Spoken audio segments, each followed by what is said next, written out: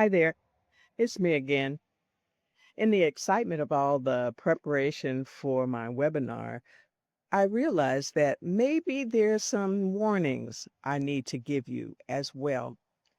Warnings that professionals go of some pitfalls that professionals can come up against during early sobriety. When we first are free of our addiction, whether that's alcohol or drugs, uh, then there's a pink cloud period that we go through. We tend to think that being sober is the end all be all of everything and that everything is just going to be fine. Everything is good. But that's not the way our brains are wired. Addiction can take many forms: drugs, alcohol, food, sex, overwork, all of these things. So therefore, when your brain is wired for that for such a period of time, then the post-addiction period can still carry those wirings in your brain. So therefore, triggers can come up that remind you of that and pull you back toward your addiction or your bad habit. During that period, these triggers can take all kinds of shapes and forms. They can be disappointments on the job or at home. You didn't get that promotion that you thought you were going to get, or everybody at the job didn't welcome you back. There are some people who are still watching to see what was wrong with you, and even others who had the nerve and audacity to ask you where you have been all of that time. There can be things that happen at home. The relationship, either a spouse or a significant other, or even friends, uh, those that you used to hang out with and party with in the gang, can look at you and not see the same person that they used to party and hang out with. That relationship at home that you had that said everything was going to be okay and they were going to stick with you if you just quit drinking. But somehow that new person they have decided they can't live with.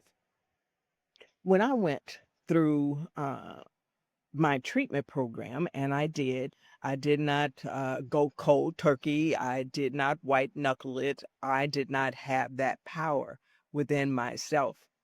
But when I came out of treatment, I seriously had a pink cloud action going on.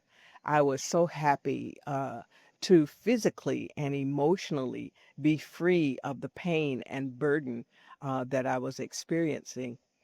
So I was that kind of happy and glad, and God forbid that I ever relapse. When I talk about sobriety and maintaining it, you are going to hear me a whole lot of times mention God. Moreover, you're going to hear me mention Big Daddy because he and I have it like that. But people need to find a spiritual relief, a spiritual anchor wherever they find it. So don't get me wrong, I won't be converting anybody to Christianity, but I will be converting you into looking inside yourself and finding where those setbacks might happen and how you might go around them. I just talked about addiction taking many forms. So, because my drug of choice was alcohol, you're going to need to be mindful what it is that triggers you. Sometimes it can be a smell. Sometimes it can be events where you used to party with everyone else. Sometimes it can be a particular person. And you've heard me also talk about the acronym HALT, HALT. Those triggers are hunger, anger, loneliness, and being tired. Those things you need to recognize and possibly avoid whenever possible. One thing that happened this weekend, everybody's preparing for a big holiday this weekend. So I was standing behind this gentleman in the grocery store with his cart was filled to the brim with ribs and potatoes. I guess that was for the potato salad. We do live in Mississippi. And I guess I counted maybe 6 cases of beer. My first drunk was a horrible beer drunk. I was 18 years old. That was the legal age for women to drink back in the day. And that could have easily been a trigger for me. I had been out with a group of friends from college. I had never drunk before. When we left the tiny club not too far from campus where I went to school, I asked the other girls why they were leaving that beer on the table. It was already paid for. I didn't understand that. By the time I got to the dorm room and my head was spinning one way and my body was spinning the other, I realized that alcohol did not affect me the same way that they have had affected them. And that is the way it happens.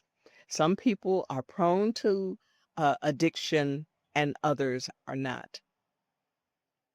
Shame, especially in religious cultures and in very strong family background cultures, can also be a burden that we carry into early sobriety. Fear. We used to be fearful of getting caught drinking on the job or that bottle would roll out from under the car seat when stopped in an ordinary traffic stop. That fear will take a different shape. It will become the fear of someone whispering, someone knowing, or just the shame that I was weak enough to fall. When going into treatment, I wondered even if I were going to like myself, not whether other people were going to like me so much, but if I was going to like this new person, this new rewired person when I came out. I didn't carry much shame because I was not in denial and I knew I had a problem. But on early, in early sobriety, I realized not only did I like myself, but I loved myself. I had shed a burden or put it in its place to where I felt good about who I was and who I was going to be, the things that I was going to accomplish in the future. Obviously, I can't be too much ashamed because here I am talking to you about it, and I talk to anybody who I can get to listen on the World Wide Web. So, my purpose then is to help other professionals in early sobriety get to a point where there is no longer that shame or guilt that can overwhelm you and keep you from moving forward. As professionals, we have an added stress that is that of licensure or certification, of meeting the mark for those to maintain those goals. Professionals also are often guilty of condescension. They will look down their nose at you and force you into some sense of the imposter syndrome. It is manageable. You can overcome it. In recovery, it's necessary to recognize it. It's even necessary to recognize it before you get there, before you get to the meeting, before you get to the party. And then create daily and deliberate habits, daily and deliberate changes in the habits that you used to carry. Change of those habits on a daily and repeated basis brings you to a point of a mindset recovery. It rewires those pathways in your brain that kept you stuck. So I know it was a little heavy today, but I thought necessary. I'll be seeing you again later and telling you some more about the exciting part of my program. But until then, I wish you health, love, peace, and smarts.